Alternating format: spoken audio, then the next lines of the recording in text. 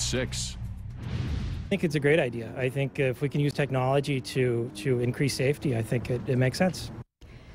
Parents react to a new technology that will be offered in 2016 Chevy Malibus that monitors your teen's driving. Good evening and thanks for joining us. Mike has the evening off. That means you can get a digital kind of report card of how your teen is driving, like seeing if they're speeding too much or driving aggressively. Valley News Team's Christine Stanwood tells us more about this optional service offered later this year. Yep, I just got my license. I have my permit and I get my license in February. These two teens are a part of the millions that are on the road and are most likely to get in an accident. According to the Insurance Institute for Highway Driving, this age group is 3 times more likely to die in a car crash than drivers over 20. Teenage drivers generally are pulled over for speed or inattentive driving. And most of the time that we pull them over, it's one of those 2 offenses. General Motors decided to invent a technology for their vehicles that allows parents to check if they are driving too fast. It can also disable their audio system when seatbelts aren't being used, a system some parents have been waiting for. I think it's smart. I think the incidents of distracted driving, you always see them in the news, so I think it makes sense. But it's an addition in cars that might not be a crowd pleaser with teens. My mom would probably make me have it. Oh my gosh, that makes me kind of nervous because I know my parents would not be happy with me. There's also a report card feature that you can bring up on the car's touchscreen. That will be introduced to certain models of Chevy Malibus this year in hopes that the rate of teen driving deaths goes down. We have had fatal crashes in the city of Fargo involving teenage drivers, so we're not immune from it. We are getting to be a bigger city, so they need to realize that every time they go out, there's other cars on the road and that your vehicle can either hurt yourself or somebody else. A move GM is making to keep teens like Hannah and Anna safe and teaching them to be good drivers in the process. In Fargo, Christine Stanwood, Valley News Live. As of now, the new system is an optional upgrade, but GM says that it will eventually be made a standard feature for all GM vehicles. We have some new information tonight. Funeral arrangements have been scheduled for a man who died after a shooting at a wedding reception in New Rockford, North Dakota.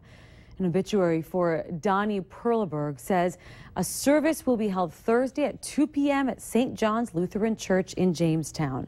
Visitation will be from 2 to 7 p.m. Wednesday at Eddy Funeral Chapel. A prayer service is also going to be held at 7 p.m. on Wednesday. The woman who was also shot this weekend is in stable condition at a Bismarck Hospital intensive care unit.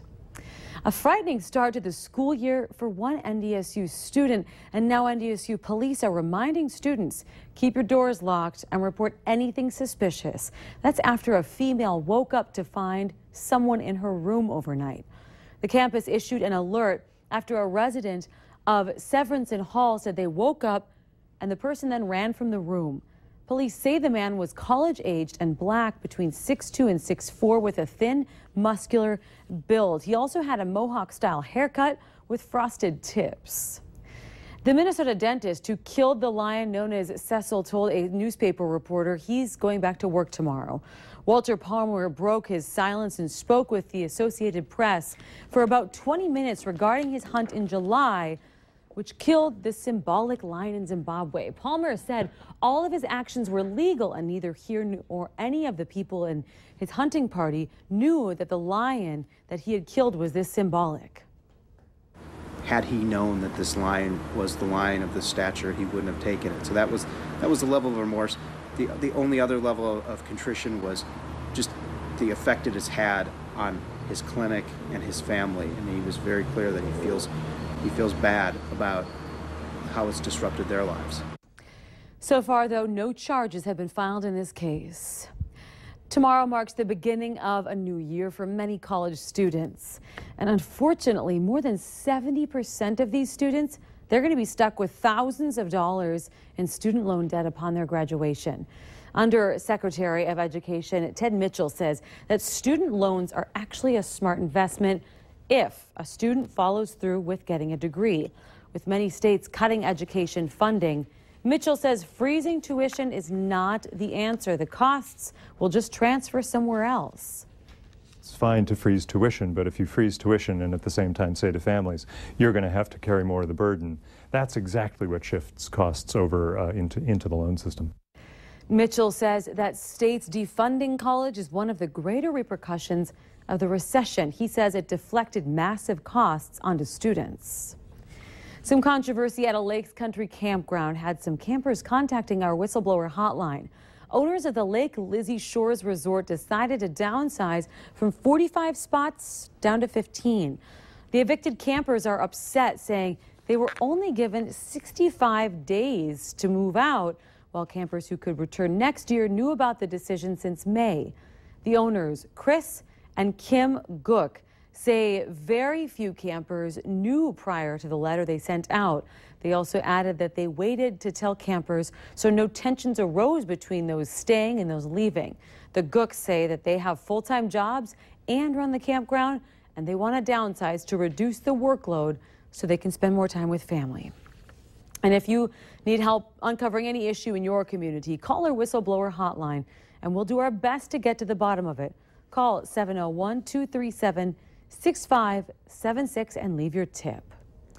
Expect some slow-moving traffic and extra congestion on I-94 in Moorhead if you're headed out tomorrow.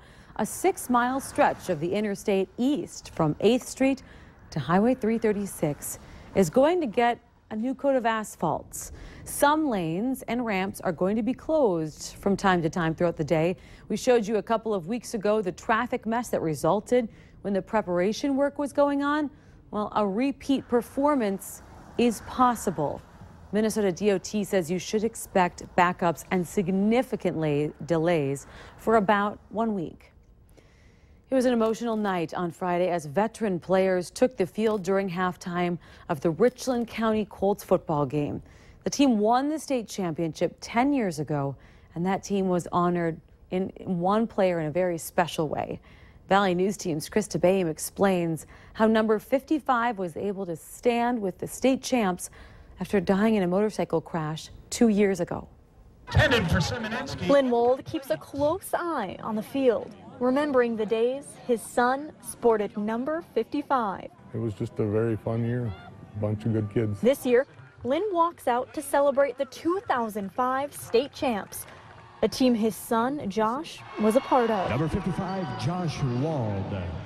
As family stands together, he stands with number 55, but only a part of his son is there. There's a whole lot of things that we shared, and I can share with his father some of those memories. Dwayne Johnson is wearing number 55 to honor Josh after receiving his heart 2 years ago. You know that someone had given up a life because you're receiving one. Josh died in a motorcycle accident, and his family knew Josh was a giving kind of guy.